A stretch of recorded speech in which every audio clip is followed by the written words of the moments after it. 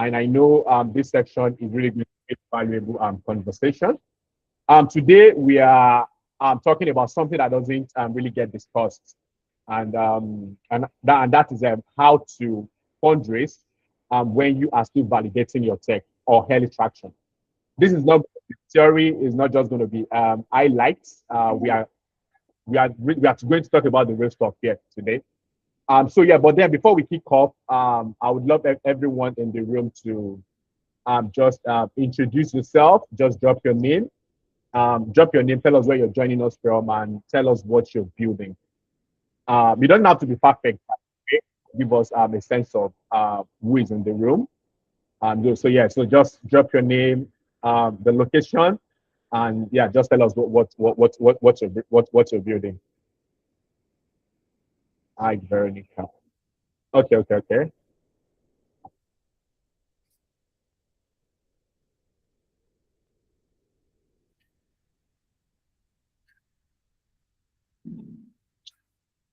So meanwhile, we have some housekeeping rules. So because we have some housekeeping rules, and we'll kick off with. Let me just also share this. Oh, oh, what's that?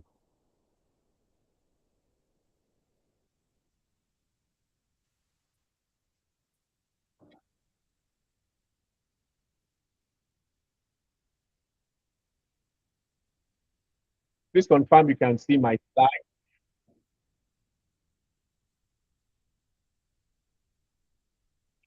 Okay, good.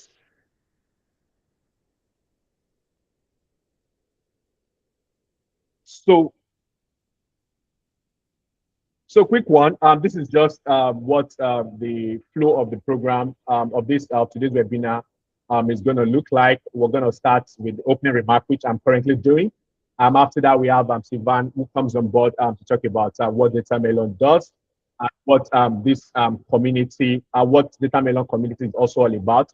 After that, we have Karen, who is going to come on board, talk about Lego basics, roadmap to scale expansion investments, and how you can actually like exit.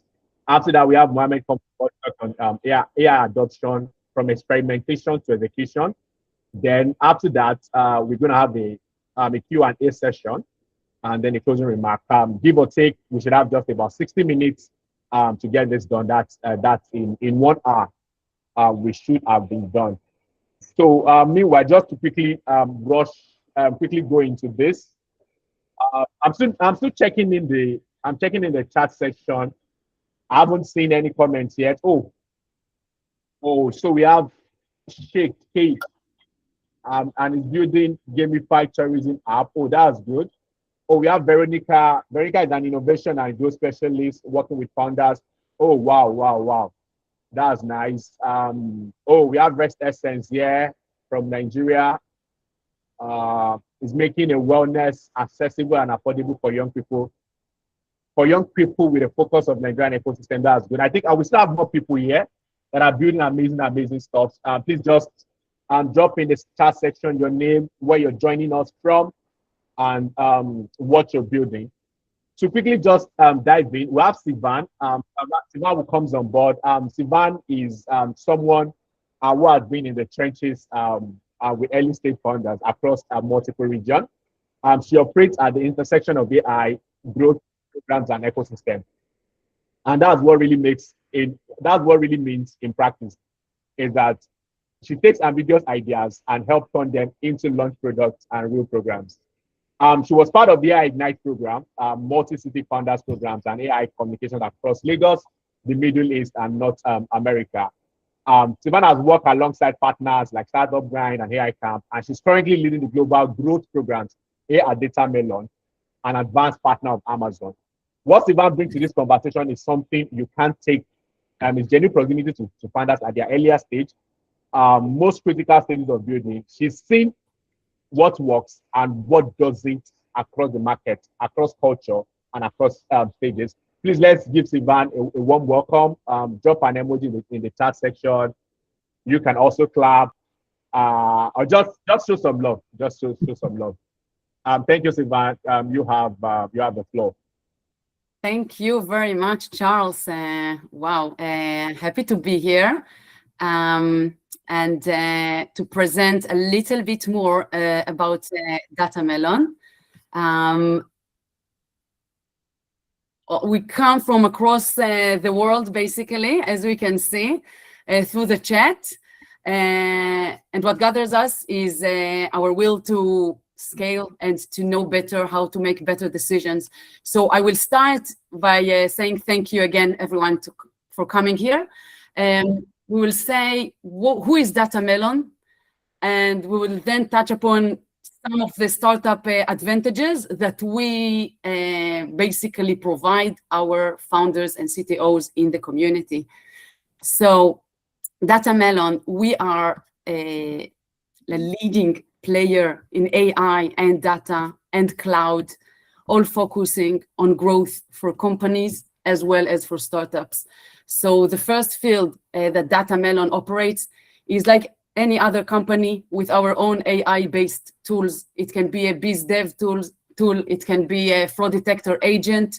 And over the years, as you can see here, we managed to establish our leading role in this space around innovation. Our services come across AI, data, Gen AI, custom AI solutions, migration, and other services that are all part of what we do and what we build. Why? Because first, it is very diverse industries, different sectors. It is very colorful over here in DataMelon in terms of the companies that we work with and our clients. As you can see over here, it can be a fintech, it can be a security, it can be edtech, and it can be entertainment. I hope that the founders that touch upon these are also here. Please show us if you are from these industries. Yeah, hello, Aviva. And I saw Snait here. Yeah, perfect. So this is around the team that we have over here at DataMelon, our developers, engineers, scientists that come to support our clients as well as our founders and the CTOs that are part of this community. This is a glimpse into the clients that we already work with. So it is the Royal Scottish Bank, it is Vodafone. You can see here globally other names. I am based in the UK, but we definitely operate globally, and this is a glimpse into these companies we work with. Our startup advantages. So as Charles mentioned, we are an advanced partner of the Amazon Web Services of Amazon, and as such, we provide credits to our founders in accordance to the quality of the team, the scalability, the traction. We watch you, we walk with you, we support you along the way to understand better, again, how to make better decisions and how to learn better the market and access to relevant people. So beyond these services around the credits, please DM if you are interested to learn more about it. We have the billing and the account management, the architected review that are part of the tools as part of the reseller program that we can provide you. Beyond it, there is a very, very fresh partnership with Metrifox, which is a pricing analysis service that we also connect you to, again, to boost your startup, to help you with managing finance. These are part of the startups we worked with. AI Ignite, our flagship program, came across multiple cities worldwide, ended up in San Francisco in one demo day, meeting all the leading players. And this is part of the startups, the clients that we work with. And again, the support is in online and offline events. It's in the investors and the mentors we meet globally, and mainly about listening to what you need and how we can be the best partner for your next milestone. This is our locations. We operate globally. Charles here from the growth and marketing, and Tife as well. And we have our engineers, and we have our regional managers, and myself here in London, and the Middle East also knows us. Some of the leading entrepreneurship programs met me in person over here. And we're very proud and very honored to have you here on board. I think we will now continue. Thank you very much. Thank you very much, Sivan. Thank you for appreciating her. So thank you very much for Sivan. Meanwhile, just to highlight, I think I didn't say this during the when we started the session. If you have questions, please just note down those questions. We will be available to answer all of your questions just after the webinar.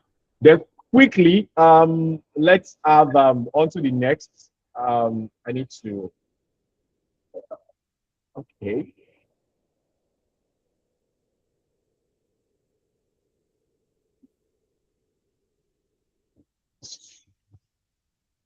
So yeah, let's quickly dive in into the reason why we are here today.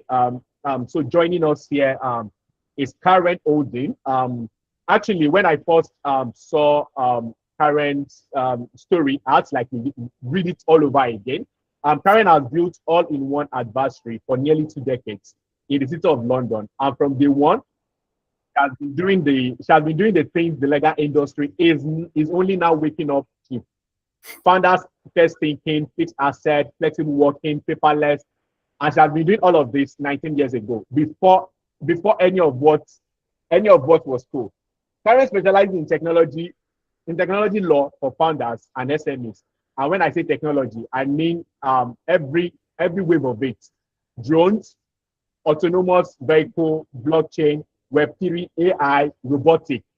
She's been in the room for all of it, helping founders scale, secure investment, expand globally, and also exit.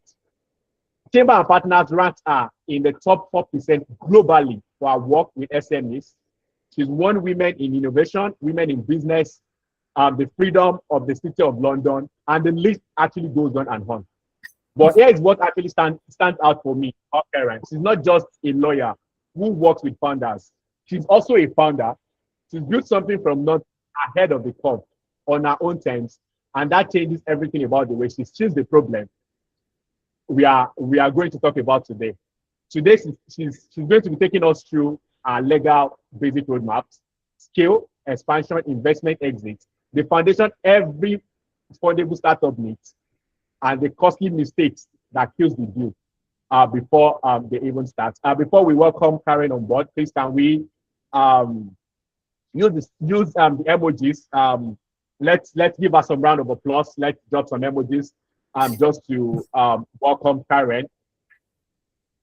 I can't see any. Okay. Oh, sorry. I'm not showing that. So quick one. Let me just present. Show this a minute.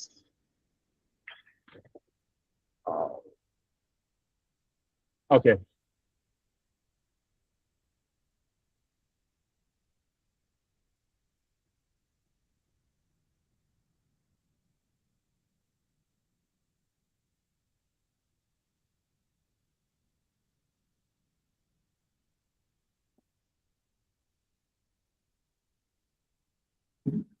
So yeah, Karen, welcome on board. Thanks for joining us today.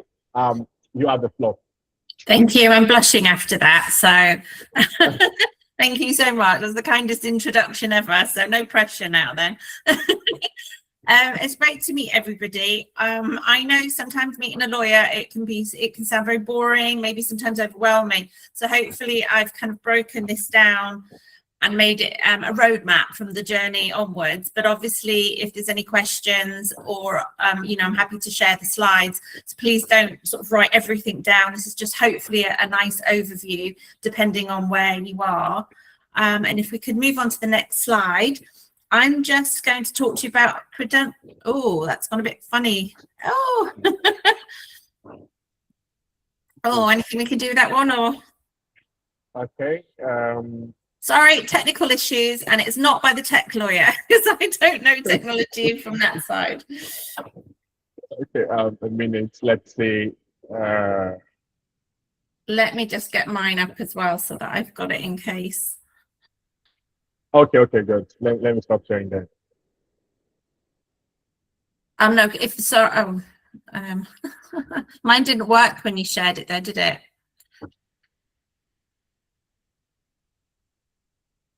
Charles, I'd just say if you carry on sharing that, that's fine. I'll just open up mine so that I think it's just the imagery might be different on a different version computer. Okay. Okay. Okay. Good. Right. Sorry, guys. Apologies. Just while we're getting that back reset. So as a founder, I have made mistakes. I have learned. I realize I'm not a tax advisor. I'm not a HR person. I have good advisors around me. So the idea is just to make sure that you go equipped with whether you're scaling or expanding, you're looking for investment, just to have an overview of what you should be asking a lawyer or who else you need. Just so that you're in the driving seat. So I know the slide hasn't come up, but basically I'm talking about the value of intellectual property. So that could be your brand, and it could be your logo, or it could be your software. Your business potentially is more than just you. Obviously, sometimes as a professional service provider, it can be about you and the team, and very much so when you're looking for investment. But if you are building tech, it's about your IP. Now, actually, you need to value that IP. So you can trademark and patent it to give it protection. There's a lot of tax incentives, particularly in the UK, but I'm sure other jurisdictions are doing the same, where like Patent Box in the UK, as you move forward, utilising your patents, tax is given back to you. So you have to look at your IP portfolio.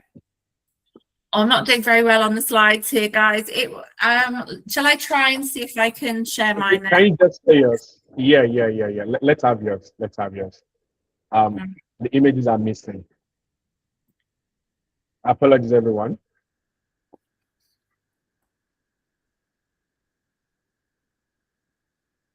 Okay.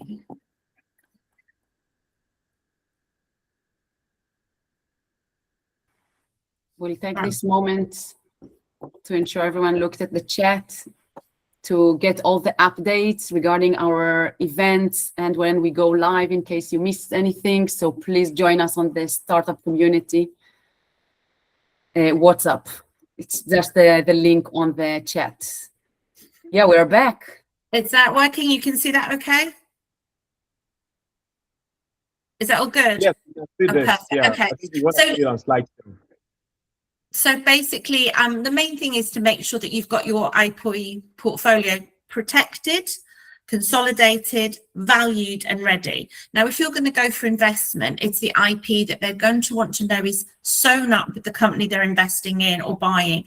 Now, in the UK particularly, and I know a lot of countries are mirrored on UK law, IP will only transfer an ownership through writing. So if you've used a developer or a third party to create your tech, make sure in those terms and conditions, IP is being fully assigned in terms of ownership to your business. But likewise, if you as a founder have developed your own technology, make sure you've assigned it into the business, because that's what they're investing in and going to buy. And if you are going to expand overseas, or if you're going to actually set up separate companies, you can do license agreements. That means that the IP value remains safe and secure in the company, the investors are happy, the purchasers are happy, but you can assign it as well and use licenses. So this is something that we start with, because very much as you scale, it's your brand that's going to mean everything. Now, right at the moment, attracting talent is difficult, but retaining it is even harder. There's some very, very exciting things going on in the world, and there's a lot of bigger companies, there's overseas companies, and keeping your tech producers, your foundations, it's difficult. So how do you balance keeping them happy, but protecting your business and cash flow? So a lot of people do come to me and discuss this over and over again. So as a lawyer, very boring, we put processes and policies in place to make sure they're accessing the information only that you want them to access, that we're restricting access to anything confidential, your trade secrets, only for their job. Again, that's to protect you. The processes are to be very clear, how they interact with your customers, suppliers, manufacturers, how they extend credit and how they operate. This is the structure of how you want them to work within your business, what you want the business to look like. This is your protection, your roadmap, your guidance. Now, that's only going to work if you audit and monitor that that's actually working, that the access restrictions are in place, that the technology is being used correctly, particularly in AI, blockchain. Have you crisis managed it? Have you tested it? You need to make sure that you go in and train your staff, monitor them and work with them. Now, I then counter that with well-being and support. If they've made a mistake, how are you addressing that with them? Who do they go to if there's a problem or a breach? Engaging staff is very, very important as you scale. It's even more important as you exit the business or take an investment. If you have staff that want to leave, they're not engaged, they don't understand, this can actually devalue your company. So yes, there's well-being, there's benefits you can offer them, but a lot of it is about explaining. If there's a phishing email and you hit it, you didn't do it wrongly, you did it accidentally, tell us about it, work with us. If there's something that you hear about that's wrong, talk to us. It sounds very easy, but actually having an open door policy with all the laws that scare employers, it's a very big juggling act. So not everybody has a HR department or even a HR person. So again, you have to nominate somebody as a line manager where they can have that engagement with your team. And then back on the flip side, make sure their employment contracts and your self-employed contracts have how the IPs are owned and assigned to you, confidentiality provisions to protect your tech, your goodwill, your code, and restrictive covenants. Now, this is a really big thing at the moment. If you are developing unique tech, innovative tech, and you are going for investment or exit, you do not want people moving on to another company with a shareholding or just as an employee with your trade secrets and setting up in competition. This is the lockdown that investors are going to look at. So you need really robust, tight contracts. Now, whether you're in the UK, whether you're having subsidiaries overseas, whether you are overseas, understanding local employment laws and rights is important. You might have teams on secondment. You might have technicians in a different jurisdiction. Data protection, employment rights, that it will all vary, and it doesn't necessarily mean it's where the company is based. So again, these are the sort of things we'd have to look at. What law applies to you jurisdiction wise, and what are those rights and benefits, and how do they benefit the staff and benefit you at the same time? Now, a lot of time as you start scaling, and especially when you take an investment, you need the money to really push this to market. You might not have the hundreds of thousands that some of these people will require. So you could look at options, giving them options and taking it back from them if they leave, or having milestones in the companies where you then allocate options to them. In the UK, we have an EMI scheme, which is a tax efficient share option scheme. Creating an open door policy, believe me, right now with the newer generation particularly is important. They need to have trust. They need to come to you. They want to have a career path. They want to tell you maybe if they need to move around and have new skills. That transparency is really important. I'm often asked, what are the essential documents? If I do nothing else and I'm bootstrapping, or the investor wants to move really quickly and I don't have time to do everything, what's the minimum I can do? Now, obviously, as a lawyer, I'm going to say, let's do belt and braces, everything. But I completely understand, you know, the practicalities and commercialities of scaling. So basically, a founder's agreement is either your joint venture agreement, your shareholders agreement, the people that are actually operating the business. Have you got a platform to build on? What happens if one person leaves? What if there's a dispute? What if one person wants to accept investment, the other one doesn't? These are the sort of provisions that you want in place so you know where you stand, and if something changes in the future, it guides you. Otherwise, there's deadlock or there's a potential conflict, and potentially you lose an investment because you don't have that guidance. Employment contracts and third-party contracts, for the reasons I've already said, to protect your trademark, your confidentiality, your restrictive covenants, as well as giving them a clear platform on what to build their employment on. Data protection, nasty word, everyone hates it, but we're hearing it more and more and more and more. This is not just your cookie statement and privacy statement on your website. This is inbuilt now into your business, particularly with AI. What are your staff doing with AI? Making sure that client or sensitive information or your code is not going through OpenAI. What information are you processing it? Why? Where is it being stored? And can you actually comply with your own practice direction? I've seen so many companies get a 60-page document, download it, we've done our template, it's done. No, it needs to be practical and workable. If there genuinely is a cyber attack or somebody does a data subject access request, can you actually work through that?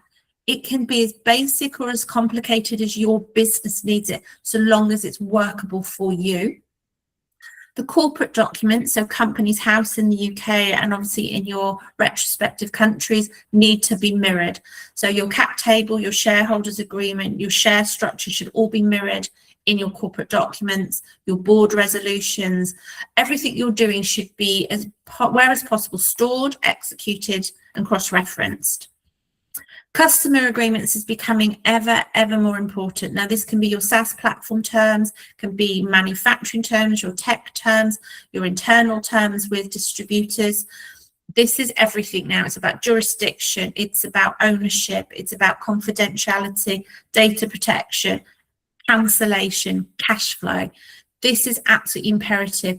And if your agreement says you must pay within 7 days, but your invoice says 14 days, but then your staff allow them 30 days, there's no policy for you to actually then invoke to make sure cash flow is coming in. If you're offering different customers, different structures, have you got a system in place that your team know and understand? You have your sales teams, you might have your accounts team. Consistency, clarity, enables people almost to hide behind the policy. You don't get any scope for its extending credit, don't get any scope for not paying us or cancelling, because this is our policy. That really does give most businesses credibility as they move forward, helps you with cash flow, and investors and people buying you want to see that this is consistent, safe and secure. And the very boring thing that unfortunately we have to mention is insurance and regulations. Do you need to be regulated? Who by? Information Commissioner Officer, FCA, that sort of thing we need to delve into. And your insurance, do you now have a policy that you've looked into that still applies to your business? If you're using AI, does it even cover that? If there's a cyber attack, does it cover that? If your technology creates an issue for your consumer, does it cover that? There's a lot going on in the insurance world right now, and they're really restricting cover. So this is ever more important, because as a lawyer, we always think of disaster in the future. How can we mitigate it? How can we prepare you? And how can we have you covered? Please, please, please review your terms annually, because they are sneaky and they are changing them. If you are going for investment, really very quickly, I won't bore you completely with the details, but this is what a roadmap would look like. Obviously, get tax structuring first, taking money out of your business, looking after tax planning for the investors. What does that look like? And then allow your structure and the legals to follow that, because ultimately, the more efficient it is, everybody's happy.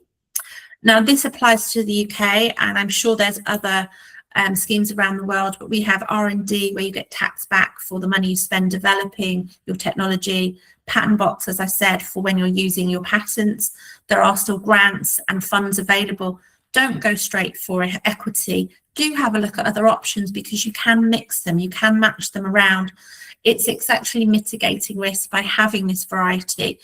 Even debt financing, there's so many options right now. And all of these, whether it's going to a bank or an equity investor, they'll look at your corporate documents and mirror that with your business plan. They'll want to know that your filings are up to date. They'll want to know that you've got a fully executed data room for their due diligence process, particularly if you're moving into a VC level or you're going to be selling technology worldwide. This is ever important for the IP, as I've mentioned, data protection, and particularly protecting the tech code. You'll have to look at different compliances, which we've already discussed. Let the lawyers find it. Let your tax advisors find any gaps or problems, resolve them, and get ahead of it. Do not let the investors' lawyers find that. During the due diligence process, you'll be asked a lot of questions. They'll look through your documents. The more you can sanitize your documents before you speak to them, then you can get ahead of it. And that will stop them pulling out the deal or even renegotiating with you. That's what you really want to try and avoid. Sorry. Yeah, sorry, just a second. Technically, I think we don't see the slide. Maybe it is stuck on the same slide and we wanted to move forward. So has that come over? We're still on intellectual property is everything and like the umbrella, but in case you move. Oh, really? Oh, yes, yes, yeah, thank you. Is anything moving now? No. Please. Sorry, I don't understand. I don't understand. If we go down with the errors, then it should move forward with the. Yeah, I've been moving it every slide. Sorry, I didn't know. It's the Google team. It's the Google compared to the Teams technical gap. But yeah, it's. Yeah, I haven't used Google for this before, but it's showing up on my screen. Oh, how frustrating. The tab that shows like the share should be there. Yeah, it's there. It's all in front of me. Oh,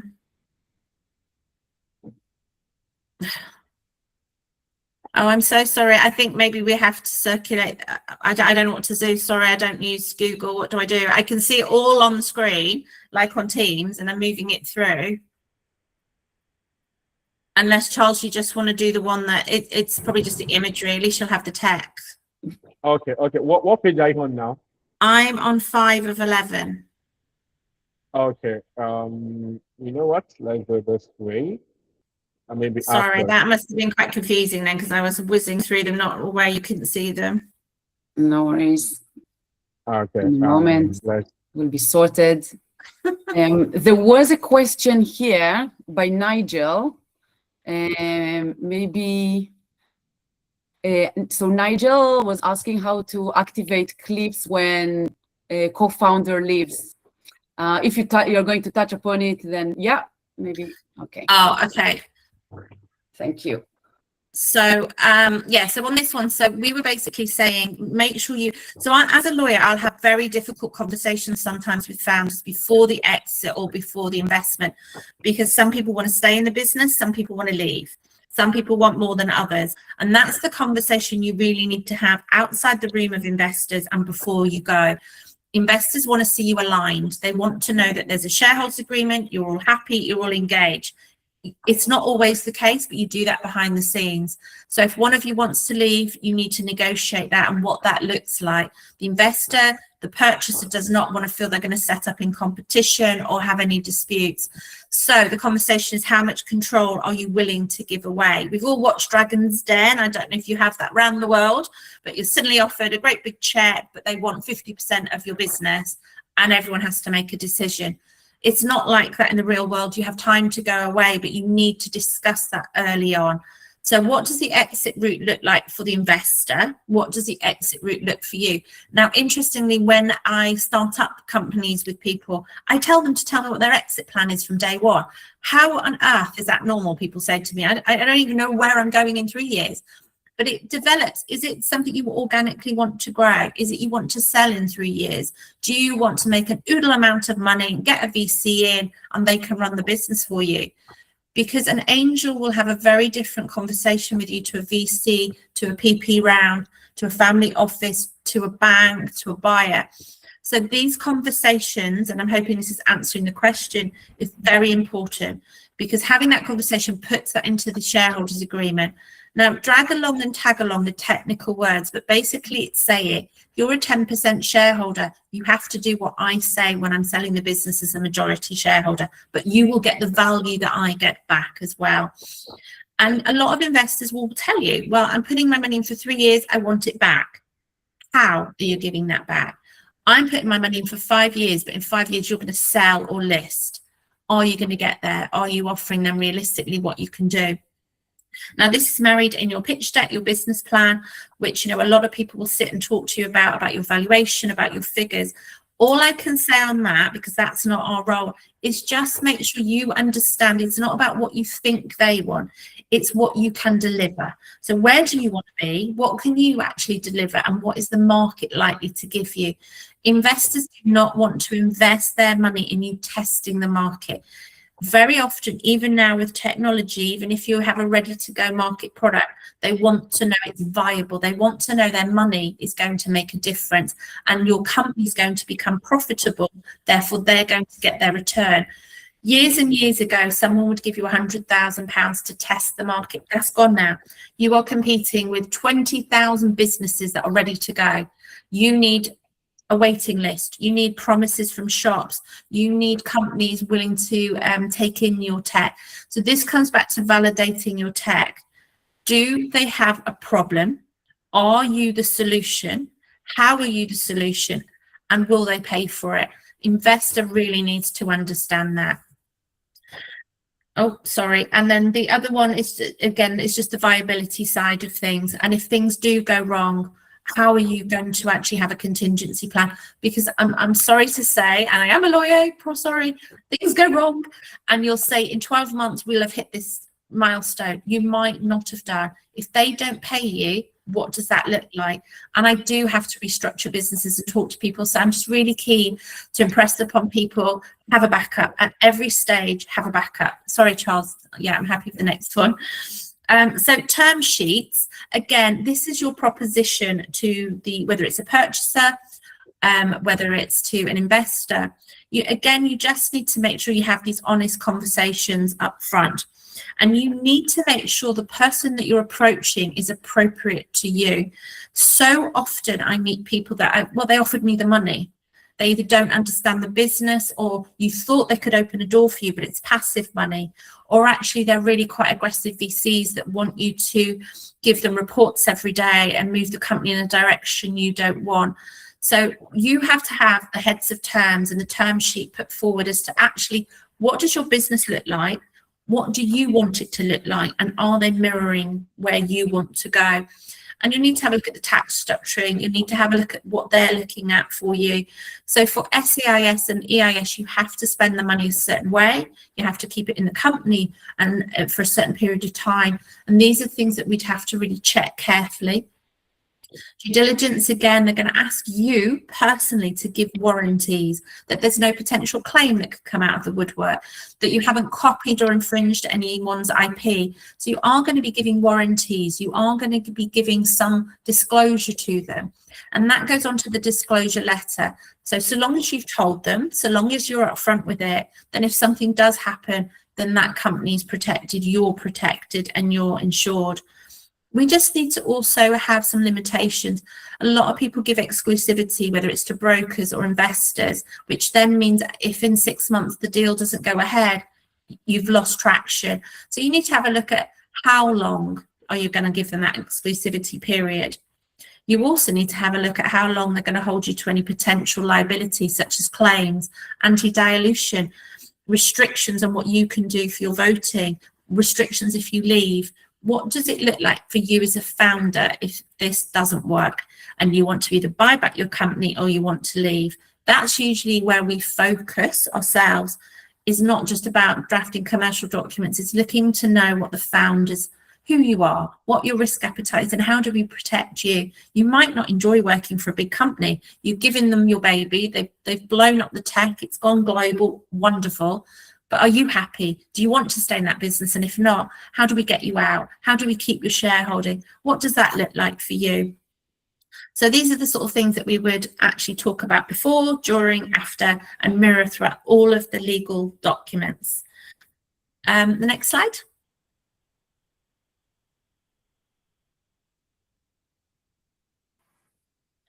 Yeah, sorry to jump in, but if we can please ask to shorten a little bit the upcoming part as we so that we can stay on time. Yeah, I've got just a few, and if we if we can go on. So basically the next one when it moves is expanding overseas. So that just very clearly shows you, check which jurisdiction your terms should be involved in, make sure you've got local partners so you can understand the requirements there. Check, and particularly in the UAE at the moment, things are changing regularly for the benefit. So just be up to date on that. Understand employment rights, visas, insurances, regulations, governance, and particularly prefer personal. Are you as a founder protected? Do you have the right insurances? What about your spouses and children? All of these things globally fit together if you set up overseas, whether you have a subsidiary, an SPV. That's on the next slide. So when they do change, you can obviously see that. And then very quickly is just looking at AI. So if you are using AI in your business, if you're developing AI, then again, there's a lot of biases, there's a lot of accuracy issues out there. I mean, you're probably like me, saturated with it on social media. There's so much going on. So again, you just need to monitor what your company's doing, why they're doing it, and have restrictions and policies in place to make sure that you're compliant from a data protection, confidentiality side of things, make sure there's no confidential breaches. Liability and accountability, who's liable, who's accountable? It's not IT, it's not the lawyers, it's you as the founders. So essentially the concern is you as the board need to understand it and bottom down the training, the policies, the understanding, just to make sure you're compliant and you're clear. That protects your trade secrets, that protects your data. So a clear AI policy is very, very important. And I think, sorry, unfortunately, because of the slides issue, we've run out of time, but when you do get the slides, there's another 2 slides on there that talk about how you can mitigate risk, bringing in AI, how you can actually maximize AI for your protection. And there's also at the very end a list of the pitfalls that I set out, which I see very often for SMEs, particularly the tech sector, extending too much credit, giving yourself templates and handshake deals without the legal protection, not having restrictive covenants for your staff and your founders, which is absolutely vital, giving away too much control so the founders are not happy as their business moves forward, procrastinating. So if somebody's letting you down or breaching it, or you're not happy, don't just sit back, make sure you action those points, and investing with the wrong people. Do your due diligence on the investors the way they do it on you. So apologies, I've gone as quick as I possibly could.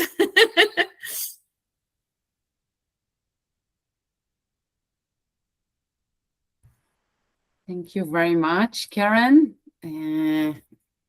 Great to listen over here, as well as back then at the Hungarian embassy a few months ago. Real honor to have you here.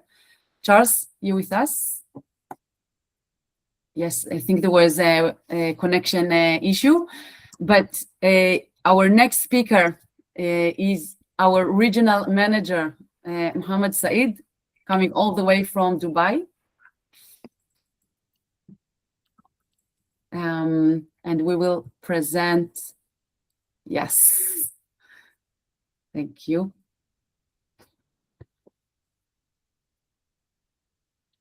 Thank you, Sivan. Thank you, Karen, for the amazing presentation. I believe we need more time and we need more from this presentations, because you tapped really a very critical part, which is the legal firm. I believe most of the startups, whenever they come and align, they were very excited, and instead of studying how the relationship goes, who is doing what. And that's why most of the startups are being in a failure stage faster than the success stages. So thank you so much. We need more of this. And thank you, Sivan, for the introduction. I will be very quick on my presentation, because I need to go faster for the next slides and the Q&A, because I'm very excited. I've seen lots of chat going on. People wants to ask. So thank you so much for your time today. I'm going fast to speak about the AI adoption. So good evening, everyone. My name is Mohammed Saeed. I'm handling Data Melon GCC region. And to be honest, it's going through a lot nowadays, and we've seen a lot of ups and downs. But the good thing here that we're still alive, and we're looking for more success to come.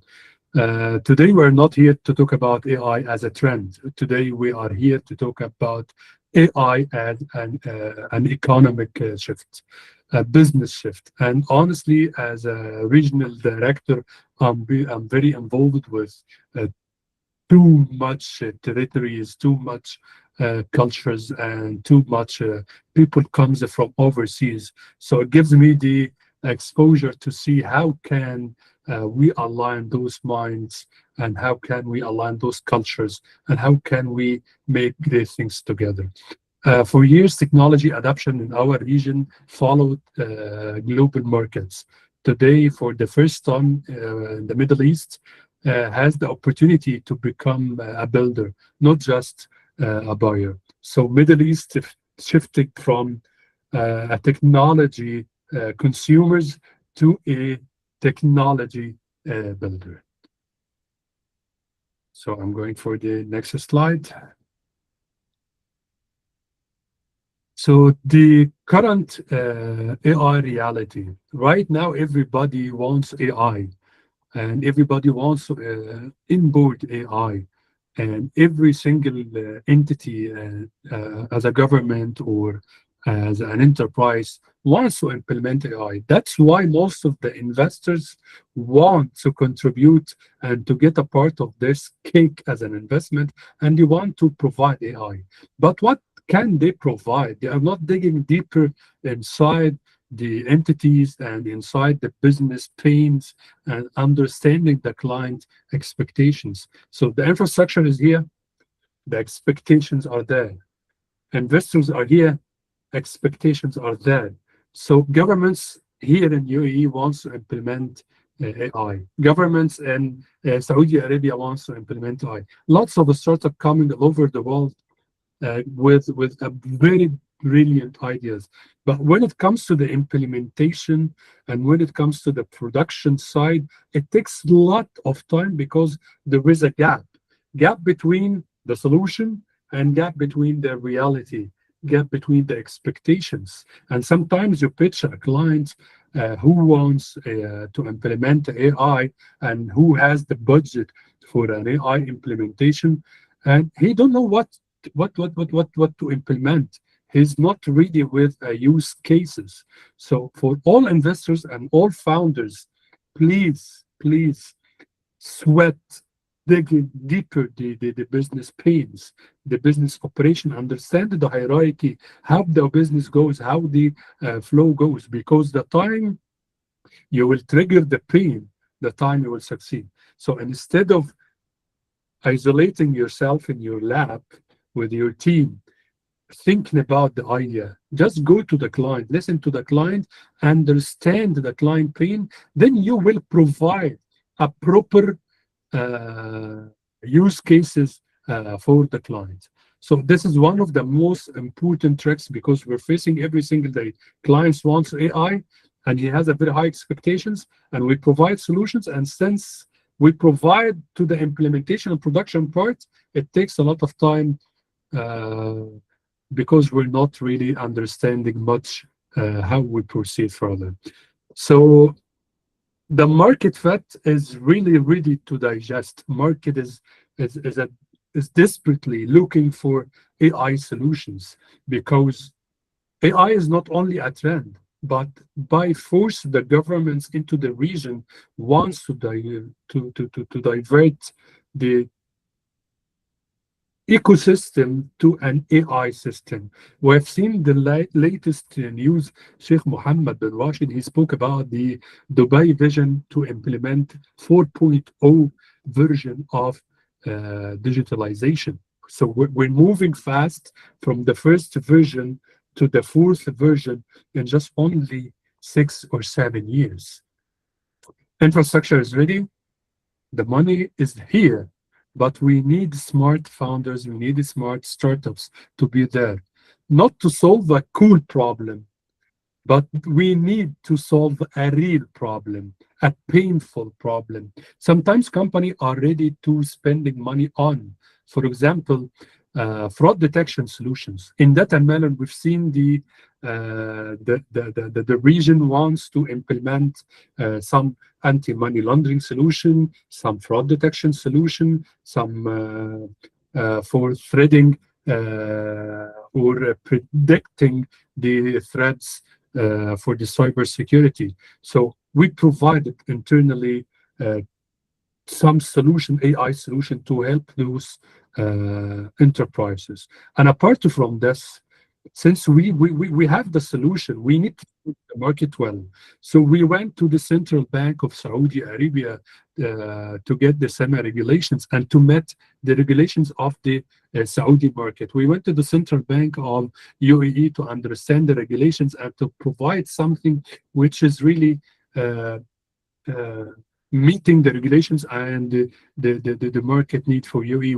We've done the same for Kuwait and Qatar and Bahrain.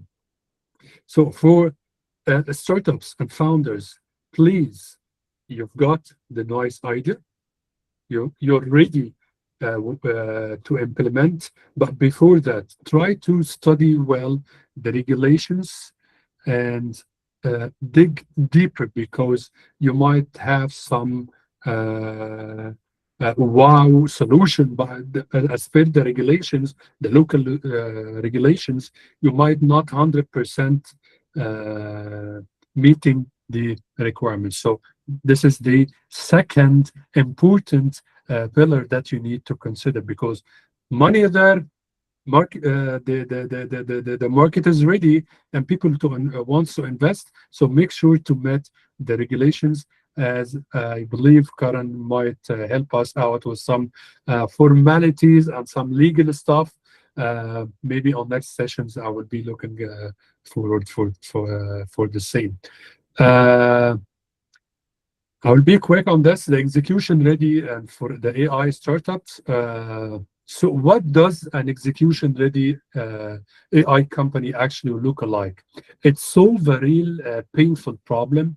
It has a scalable infrastructure, and it has a measurable adaptation. And finally, it has a commercial reality. And the most importantly, it has an operational understanding, because the future of AI itself is not just an intelligence. It is an operational transformational journey, because we don't want somebody to come from the future and tell us, those past early people who replaced everything from a human to a robot. We have to survive, and we have to be there. Last but not least, if you want to leave today remembering only 4 things. The first, AI creates value where operational pain already exists. Second, most AI failures are operational, not a technical. This is a second important thing that we need to consider. Third, a scalable AI requires infrastructure, governance, and integration. For those startups, you have to consider a scalable layer of AI, because it requires a lot of infrastructure. It might be upgraded fast. You have to meet the governance internally and externally, and you have to be flexible into the integration. And finally, the future belongs to the execution. Ready companies, not experimental hype only. I wish I could be very fast at delivering those very high information, and I will be happy to hand over the mic to my colleagues, Charles and Sivan, to run the Q&A session. Thank you so much, and looking forward to see you again. Thank you so much, Mohammed, for that powerful presentation. I think one of the things I noticed, or one of my key takeaways that I noticed, both speakers. So I want to believe, obviously, if you're a founder here and you're trying to, or you're currently building something wherever you are, the country, the location, you need to look at both the local and the international regulation guiding the states and the nation at which you want to operate. So yeah, we've heard from 2 speakers, Karen, and also heard from Mohammed. Now it's time to hear from audience. If you have a couple of sorry, Charles, I think the connection is breaking again. Apologies. The connection is breaking over there. So yes, bear with us. we would like to now, after listening to Karen and Mohammed, we would like to hand the mic to yourselves. Thank you again, Karen and Mohammed. Now for our respectful audience over here to ask all the questions you patiently had to wait with. We have Ahmed as the first. So yes, please. Hello, how are you? We're with you. How are you, Muhammad? It was an amazing presentation, and thanks a lot for all your presentations. Indeed, I just do have a question. So you've mentioned that I need to look at the regulations and the policies of each government regarding the AI startup that I'm doing. However, if I'm going globally, if I'm doing a tool globally, how can I actually make sure that I'm sufficing the policies and the regulations of each country? Thank you, Ahmed, so much. I believe this is a very great question, and I believe that I need to dig deeper to understanding what solution do you provide, because if you are providing a fintech solution, you have to meet the requirements for each country, for each government, and you dig deeper understanding the market, the pain of the users, and how they the government itself, how can they support you. If you are providing a CRM or an ERP or whatever layer, I believe that sometimes you need to align with the government, especially could be the cyber security for the police or the Ministry of Interior. So I need to dig deeper, understand the solution itself. Okay. Then we can think about it, because I can see it in a nutshell here. I mean, it's fine by me. So what I provide is that an AI solution that gathers all the medical courses and how to teach medical students and scientific students, pharmacy students, and so on and so forth, on how to do on how to understand how to medical write and so on and so forth. This is just in a very nutshell. Fair enough. I would recommend, based on my very humble experience, especially for the healthcare sector, I would recommend, if you can approach the top niche entities all over the globe. It could be the FDA, it could be something really higher. So you might align with them, get the approval from the higher authentic medical field industries. Then you can pitch each government. If you are in the Middle East, for example, and you need to get the approval of something really related to the medical, you need to get the approval for UAE, for example, Ministry of Health. You need to align with DHA, Dubai Healthcare Authority. So it's very complicated regulations, because there is some federal regulations, some local regulations. In Saudi Arabia, you need to go through a lot of process with Ministry of Health as well. But you can save time approaching the FDA itself, because once you get attested and once you get the approval from the FDA, all the governments will be a bit flexible, for approving your solution. Your question is really, really, really, really, really amazing, and I believe we can run such a session with engaging with our community manager here in DataMel and Sivan. And I would recommend here, if you can get in touch with us through the WhatsApp group community. There is a lot of physical workshops, webinars coming very soon, especially for the fintech sector and for the healthcare sector. Thanks a lot. Thank you, Mohammed. Thanks a lot. Thank you so much. Okay. Thank you, Ahmed, for that question. I don't know if Karen has a couple of things to add from the legal side of things. Yes, speaking on mute. Sorry, Okay. I was also saying it's a lot of the time it's where you're processing the data. So again, your data protection policies and processes needs to be where you're actually storing and processing the data. If you're using AI, again, it's where you're actually using and storing and utilizing the AI. So you need a proper governance and framework, but you can also apply the accreditation department. So again, for the Middle East, they have an accreditation for you to be a trainer. Same as in the UK, it depends what sector you're going to. You can actually apply for accreditation. They will actually go through it with you and tell you what you need, and that will be insurance, it'll be credentials, be your policies. And if you're then an accredited trainer, that's in that jurisdiction. So they will give you some guidance as well. Splendid, Karen. Thanks a lot. Okay, thank you, Karen. Nala, you have the mic. You can just unmute and ask your question. Hi, Nala, you Yeah, there? hi everyone. Thank you for this amazing session. My question is very simple, and straight to the point.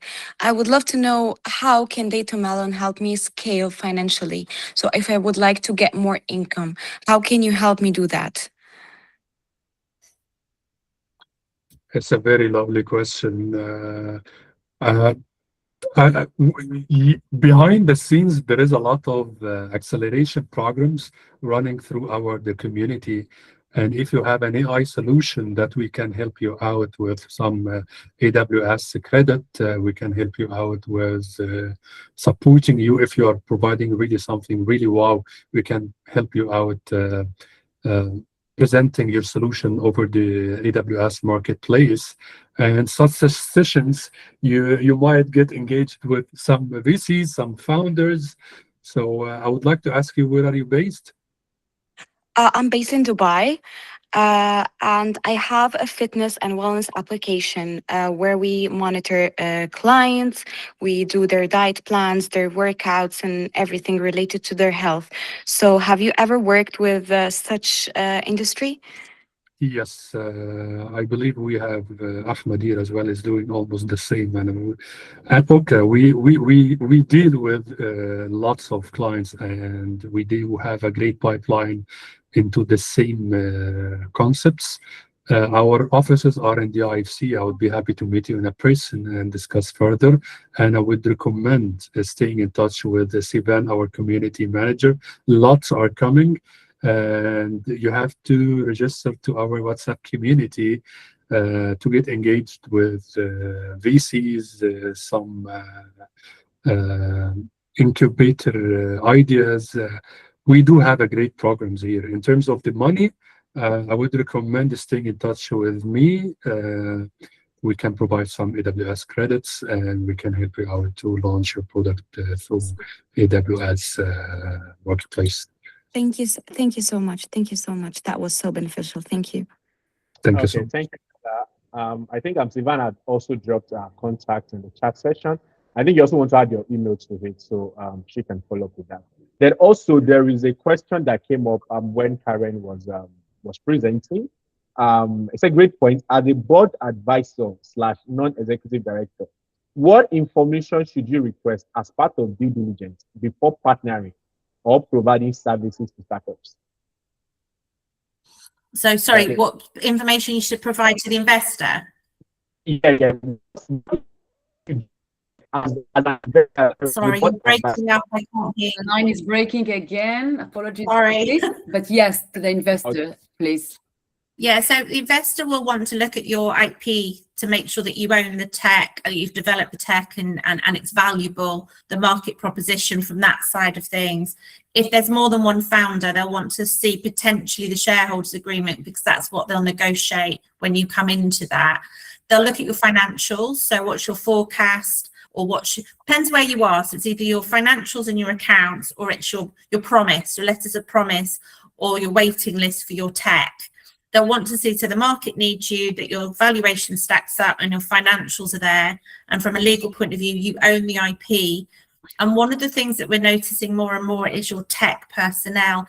Have you tied them into a robust contract? What they don't want is to put their money into a company, then the staff are lost, the talent is lost, or a third party sets up in competition. That's something that they are quite hot on at the moment. If you can patent it, fantastic. If you can't, they just need to know it's a trade secret, it's confidential, it's owned by you, and it can be used and be scalable. They're the main things predominantly. Again, data protection, AI policies, it will come. So an angel will ask you less. Family office is about the team and protection. VCs will ask you for everything. Thank you very much. Karen, last question I can see here from Fahad.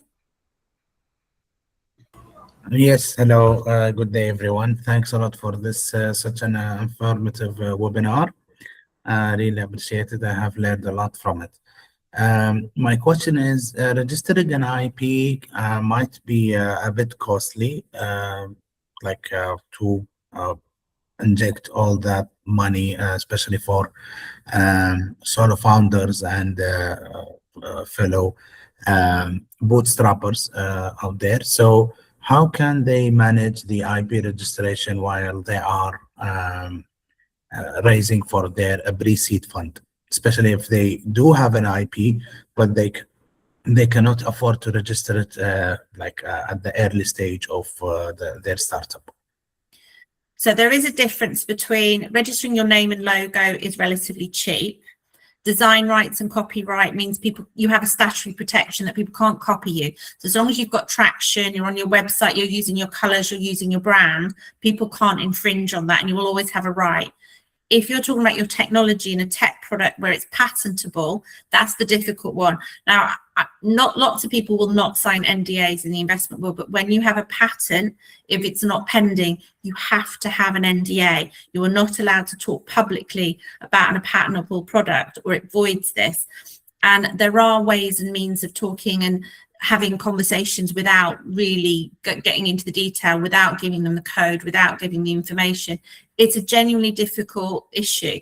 Now, in some countries in the UK, we have grant funding to allow you to apply for funding to get a patent in, because the UK is desperate to try and help innovation. I think there's quite a few accelerators in the UAE helping with that as well.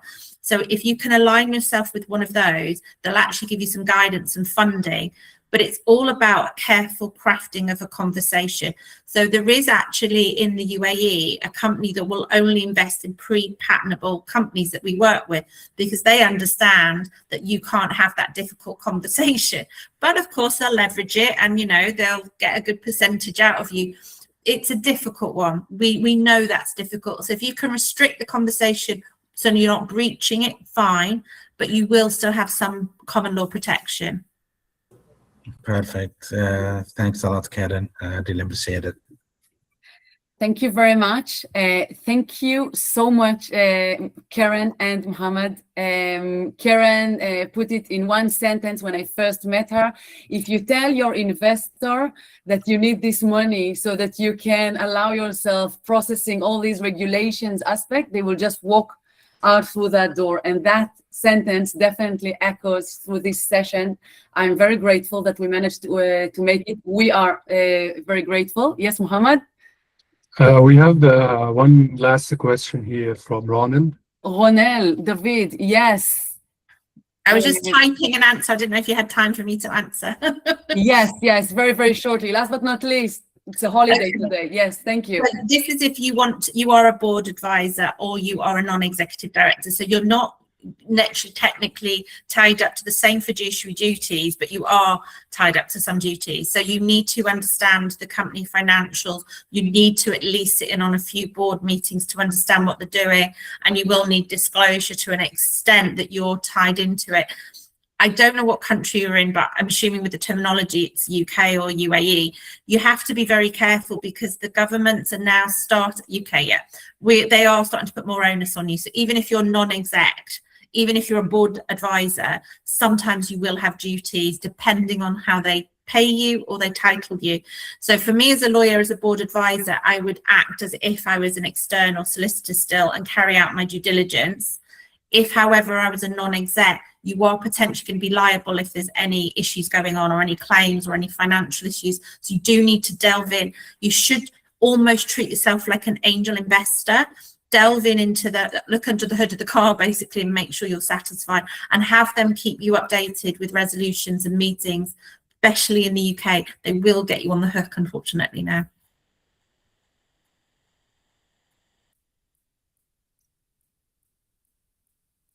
You're muted, Sidan.